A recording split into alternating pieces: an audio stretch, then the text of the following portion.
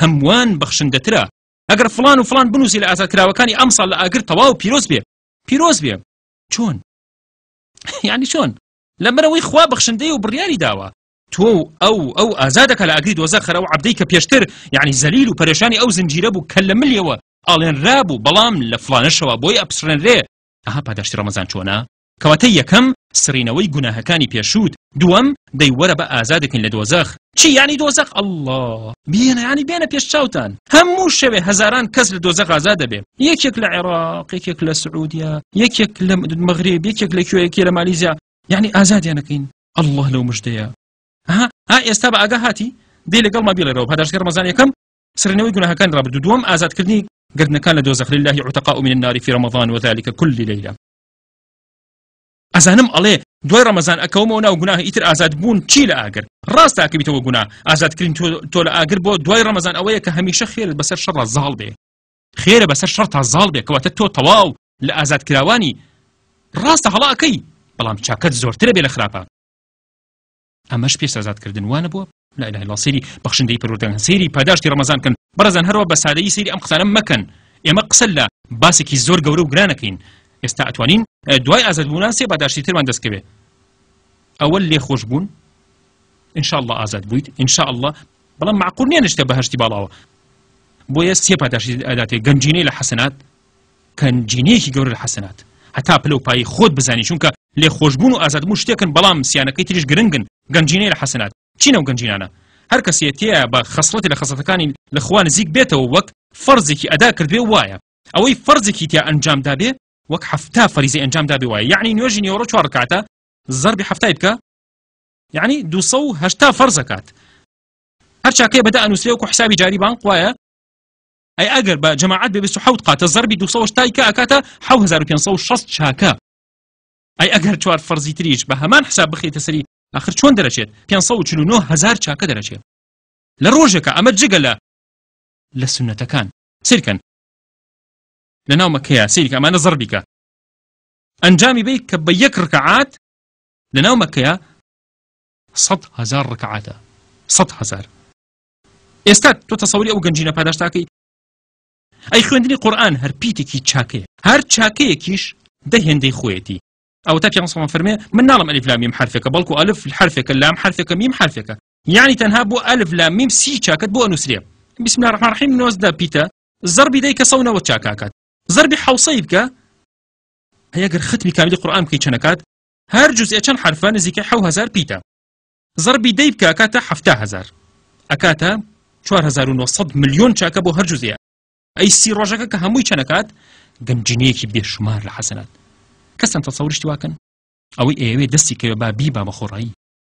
خۆشەویستان هەر یەکە و لای خۆیەوە بێڵێت بڵێت چاکەمەوێت، یعنی چاکەمەوێت بزانە چۆنەکەویتە ناو چاکەی گەورەوە، ناز و نیعمەتەوە، چۆنەکەویتە ناو ناز و نیعمەتی پاداشتی چاکەوە. پاداشتی چی؟ پاداشتی نوێژ و قورئان و خێرکردن. ئەی پاداشتی خودی ڕۆژوو چییە؟ نەخێر کەس نایزانێت. پاداشتەکەی زۆر سەروی گەنجینی چاکەکانە. یعنی چی؟ سیرکەن خۆی گەورە لەم فەرمایشتە قودسیە چییە فەرمێت؟ ئەفەرمێت هەموو کارەکانی ئەنجام بۆ خۆیەتی. یعنی چی بۆ خۆیەتی؟ یعنی ژمارەی پاداشت و حەسەناتەکانی ئەزان چەندەیە؟ إلا الصيام فإنه لي وأنا أجزي به. لا إله إلا الله. يعني شي يعني چاوەڕوانی مفاجأة بن لە ڕۆژی قیامەتە، چاوەڕوانی مفاجئی پاداشتی ڕۆژووتان بن لە بەهشتا. ئەوەت بەس بێ کە دەزانیت بۆنی دەمی ڕۆژوان لای خوای گەورە لە بۆنی مسک خۆشترە. تا ئێستا چەندمان وتووە لە پاداشتی ڕەمەزان؟ ها ئێستا ئەینووسین هەمووتان گوێتان گرتووە لە چۆنەتی پاداشت چاکەکانتان. یەکەم لێخۆشبوونی گوناهەکان، یەکەم لێخۆشبوونی گوناهەکان و دووهەمیش دەربازبوون لە ئاگر، سێهەم گەنجینەی چاکەکان، چوارەم بەڕێزان بۆشی خوای گەورە ئەم هەموو ئەدا لەبەرەوەی بەخشندەیە.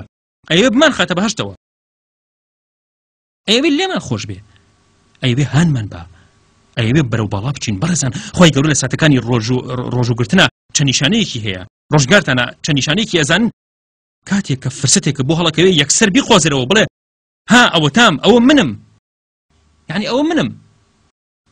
خاڵی چوارەم چی بوو لە پاداشتی ڕەمەزان؟ ئەم خاڵەیان زۆر پێویستە و ئاتاجینی قبولبوونی دوعاکانە. للصائم عند فطره حيث بنصن لكاتي الرجوع شكاندين الرجوع دعايك چی ناگرێتەوە. سەیری ئەو هەڵبژاردنی پێغەمبەر صلی الله علیه و سلم لا ترد واتە گەڕانەوەی نییە لبرو كاتي لسوري بقرة سيري آية كان الرجوكيت شهر رمضان الذي أنزل فيه القرآن أياما معدودات أي كتاي آية الرجو كامية وإذا سألك عبادي عني فإني قريب أجيب دعوة الداعي إذا دعاني يعني باش بو أما إلى كتاي آية كان الرجو هنا لبروي دعاء بيونديكي بتوي هي برمضان بيروزت به دعاء كان جيراء بيت فإني قريب أجيب دعوة الداعي إذا دعاني باش أنا فرمي فليستجيبوا لي طوال تأكيد كاته ولا جيرابوني دعاء كان البرزان أما شكاريكم هي همو صالة أيكم أم جارش إليموا سي چوار دعاء هي بو خود دريان بكو بس جاريبك يعني همو رمضان همو مانك تأكيد كرو لسري لهما زاتر بيوز بيه سرا بي مانك سور بلسري بينش تا چوار دعاء نبيت يعني أتواني دعاء تريش بكي بلام أم بين شوارع قيناك باشش بيت كيشنا بي بلام جرينك أوي بهوي والرجوع كيتوا بخبيت لهمو كرنوشك لهمو بربانيك لهمو يعني شونيوجك لهمو كاتك لهمو نيوجك ترابحة لهمو دعايك لهمو أواني ألين هاولان بور رمضان يعني هاولان بيانسان بور رمضان كان دعاي كان دياريه كردو همو ما انكر سري بردوام بون ألين والله رمضان تي برينا أكر رمضان داهاتنا أهل إلا دعاء كان خوي قرق بولك والله أما وك أزمونكي شخصي خوم زور تاقيم كردوته ولدعاء كان رمضان وقت شون قورمان زكريا كأفرميتها ولم أكن بدعائك ربي شقيا من لجيان ما دعائك من نكردو جيرانا وببرز ما يقبلوني دعاء بينا في الشوتان هموتان بيك ودعاء أزادبون كان لآقر هموما بيك هناسا بلين يا ربي اعتقنا بيك هناسا بيلين خوايا هل صانوي أمة بكر جدستي إيما أزان شي رويا رمضاني دهاتو يتو أمة هل توا بلي خوايا لسر دستي إيما شارتانتي أمة برز كروا بلان بو بري برزي ومتمانو إخلاصوا يعني دنيا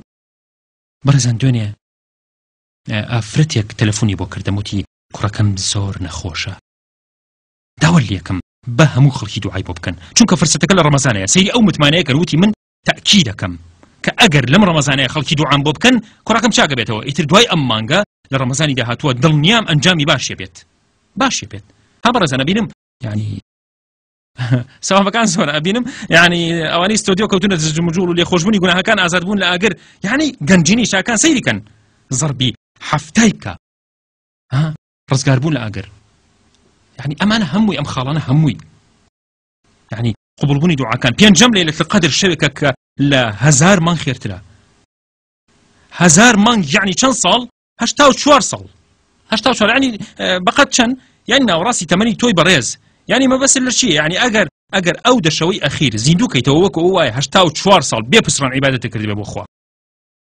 يعني دور كعاتي أو شوانا وكو أواي هشتاو شوار صال بيوشان بنداتي بأخوة كردبه تو تصوري أو بهداش تقوراكي يعني دلوبك فرميسكك لو شوايا بريجي بتشاوت وكو دريايا لفرميسك بأخوة رشتبه أما تشاك كان بوزياتك هشتاو شوار صال دريايا لفرميس دروسك يعني أجر يكشو لو دشوا شاكيك لقل دايك تاكل به وكواي هشتاو شوار صال تو خزمتي دايك تكل به يعني خيرك لو شاك هشتاو شوار صال خير كردن وايا أما تشيا يكشو من وعبينم أجر شاكو خرا بكاني بيج رمضان أوابو بيم شوي قدر ديف فرياك بيه يعني خوي قبل كردي بنصيبة لناكا يعني هاي شاكا كانت أبو جوريليد برز بيتو تاي شاكان قرص بيوك أوي شيء خرابة السر تاي ترازوي كانت بيكشو خوي جنبو شي أو ما لقلاكي چونك بخشنديها سبحان الله أي باللي تخوش بيه بتخاطب بهشت لا إله إلا الله بريتان شوي قدر شيا كواتا خالي بينجم ليلة القدر خير من 1000 شهر خالي ششمو كوتا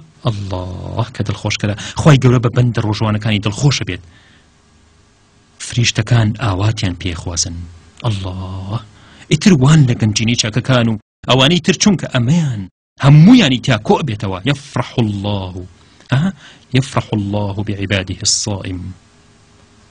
الصائم ويباهي بهم الملائكة الله فريشتا كان سيري عبد كم كان أي بينن وازي لخوارنو آرزو كاني هناوا لبيناوي منا وازي هناوا أو فريشتا كانم بشاهد بن من لم عبدم خوش بوم بيانا بيشتاوتان كاتي بانجينا وتكريب ليكم روجي أسمانا أشهدكم يا ملائكتي أني قد غفرت لفلان الله بشاهد بن فريشتا كانم أولا ويتمني بالصالة اللي خوش بوم برزان يستار راتان شيا أو رمضان أوش باداشتا كانيتي خوش بيسان أو كروكي باسكي كفرستي تمنتي بيويا تمني منو تو أزم ريم بيبن راش كاونا يعني